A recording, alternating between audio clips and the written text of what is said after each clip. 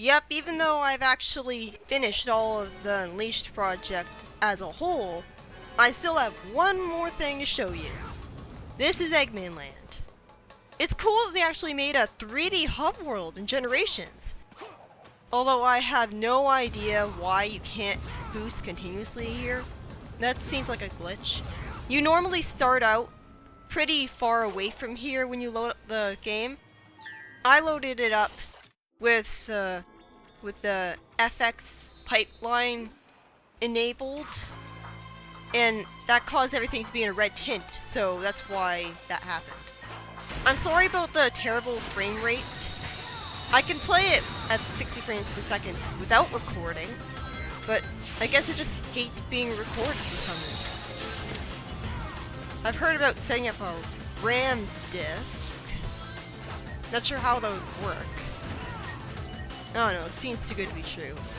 Anyways, my impression of this version of the HD Eggmanland. Like, it's... See, those springs are diagonal, so it makes sense that they send you in that direction, but when you're racing towards them and you're focused on your character, you're not going to necessarily see that they're facing the wrong direction until after you've been suddenly launched by them. And so you might be caught off guard and not homing attack in time. So that's a kind of level design problem. This is basically... Whoa, speaking of level design, I just boosted to my death. In fact, I did it again!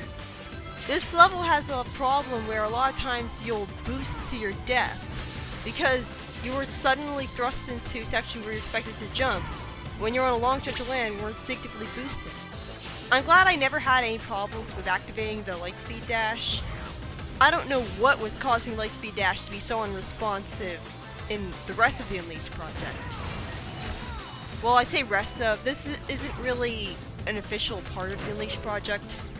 But I'm showing this off anyways because this is the best way that I can show off the HD Eggmanland.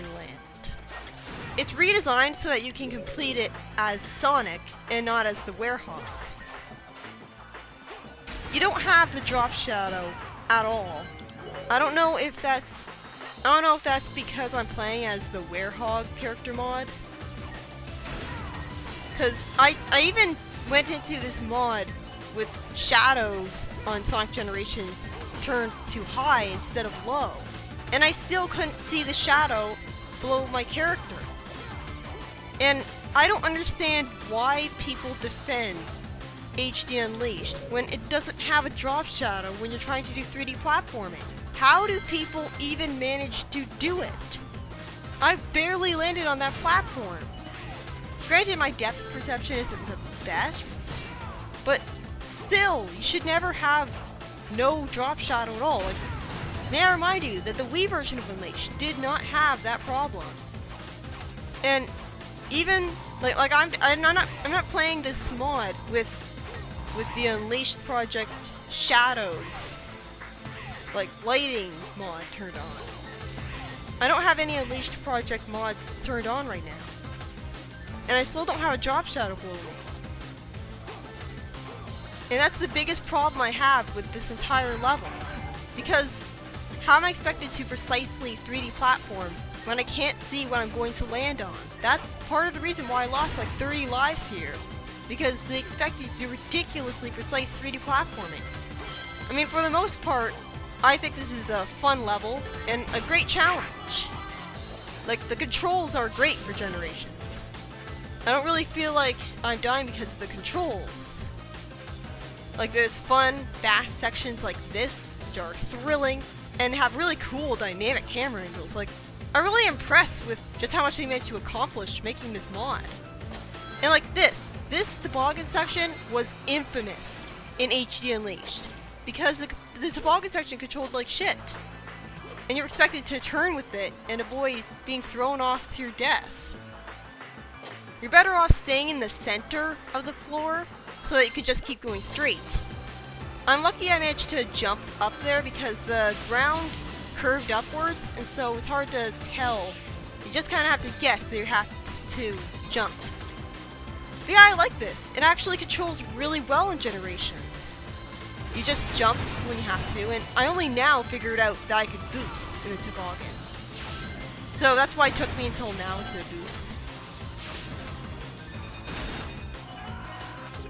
Why doesn't that ramp stretch wider so that you can't run past it? That's obnoxious. I mean, like, for the most part, I think this is a well-designed, fun level with good challenge to it. But the lack of a drop shadow really hurts the level. And I don't know if this is just because I'm playing it as the Werehog mod. I don't remember there being a drop shadow in Generations normally, though. But I play Generations with shadows turned to low. So, I don't know. But you know what? I'm kind of glad that I'm showing off what it's like to play without the drop shadow. Because it's a perfect representation of HD Unleashed. After all, you didn't have a drop shadow in HD Eggmanland. And look at how difficult the precise platforming was there.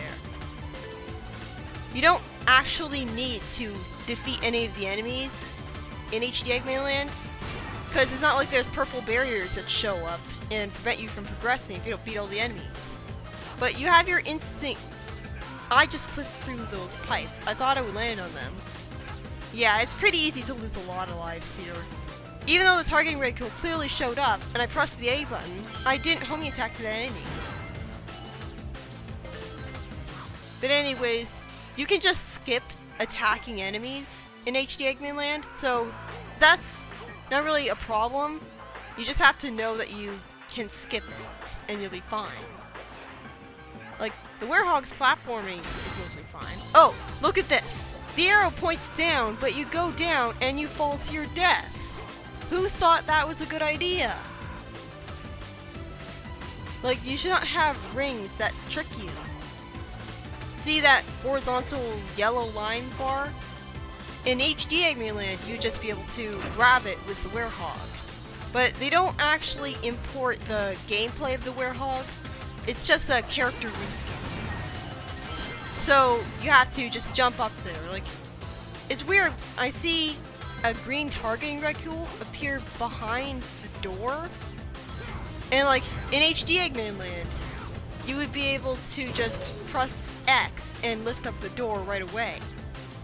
It's weird that there's a targeting reticule behind it when there's nothing to homing attack into right behind it. And it shouldn't appear if you can't do anything. So like, instead you have to find switches instead. What I'm showing here is a pretty satisfying platforming. I really like that these things are here. Like, it's a satisfying challenge, like making sure that you land on these things at the right time as they go in and out of the background. And I don't feel like it's luck-based, avoid to be crushed by them. I'm going to have much harder of a time with these in colors, where the controls are a lot more slippery. In Generations, the controls are tight, so it's not like I'm falling forwards really fast and can't control how forwards I'm going. These QTE cannons can go die in a fire. I never experienced them in Generations before because they were smart enough to take them out of Generations. But I'm glad that this level mod introduced them back because it's a perfect representation of HD Unleashed. It looks kind of lazy how the crates don't actually look broken until after you've already sunk through them. Like they take a long time to shatter. That's kind of a nitpick. I'm doing really awfully here. The reason that I suck at these cannons is because it's instinctive for me to just press the A button when I get launched into a cannon. But these arbitrarily expect you to really quickly know to press a different button, and I'm not really used to the button layout of the Xbox 360 controller. So I literally had to look down at the buttons myself, away from the screen, to make sure that I was pressing the right buttons. It doesn't help that there's generally two buttons that can be used for the boost in Sonic as a whole. Like, you've boosted with the Y button and with the X button.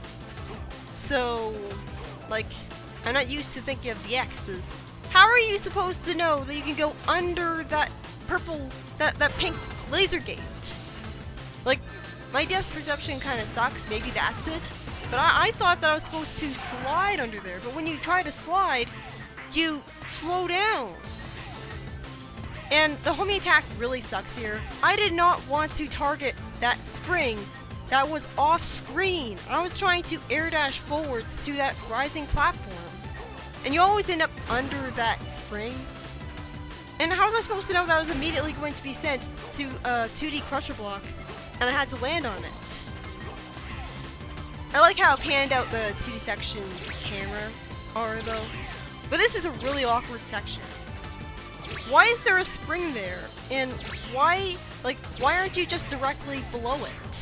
You have to air dash to get onto that cannon, or you won't be able to get up to it.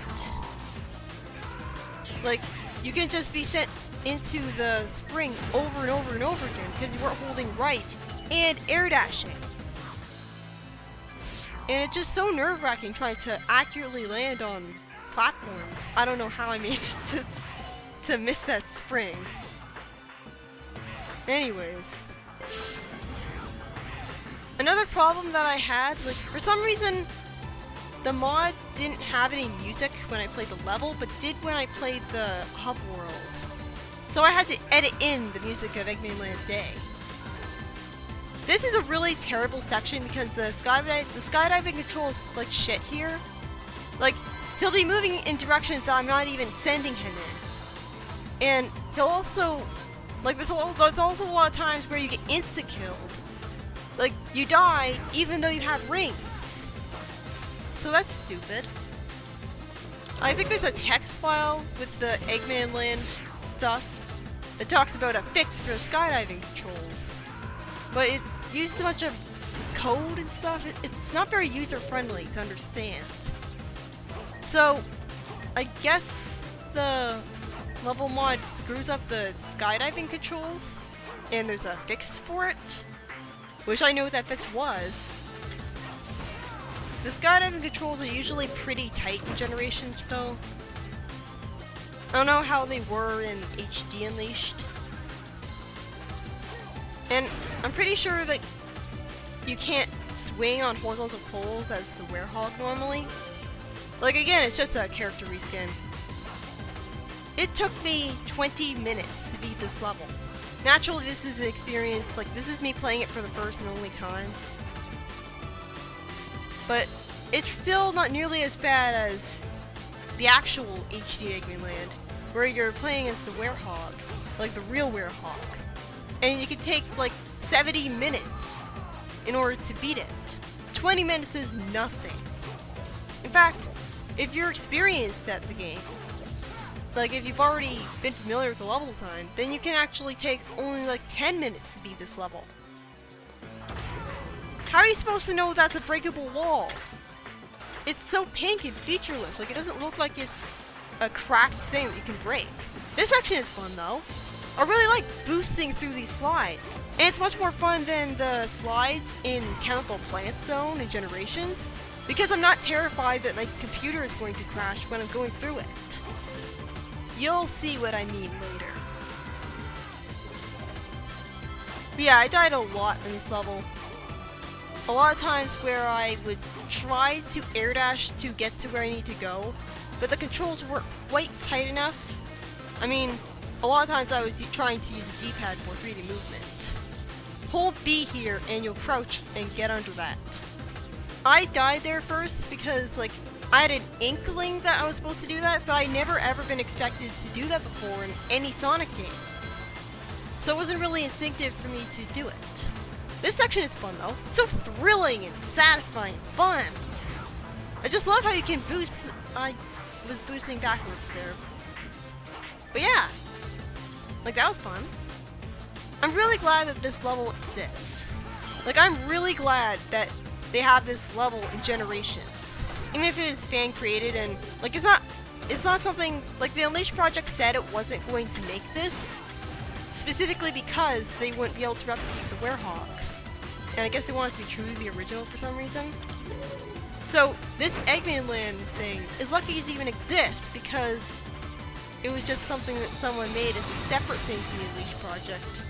Because, well, it should exist. This is the best version of the Unleashed. Like, if you're going to play HD Eggmanland, this is the way to go. Because you get to say as Sonic the whole time, so it's not nearly as long. It's in general a much better experience. And don't let the choppy frame rate of this video discourage you, because again, that's just me recording it. I can usually have it be at 60 frames per second normally, just not when I'm recording. Yeah, I kinda deserve that D rank. But anyways, you know what's coming up. Next up is Sonic 4 Episode 1.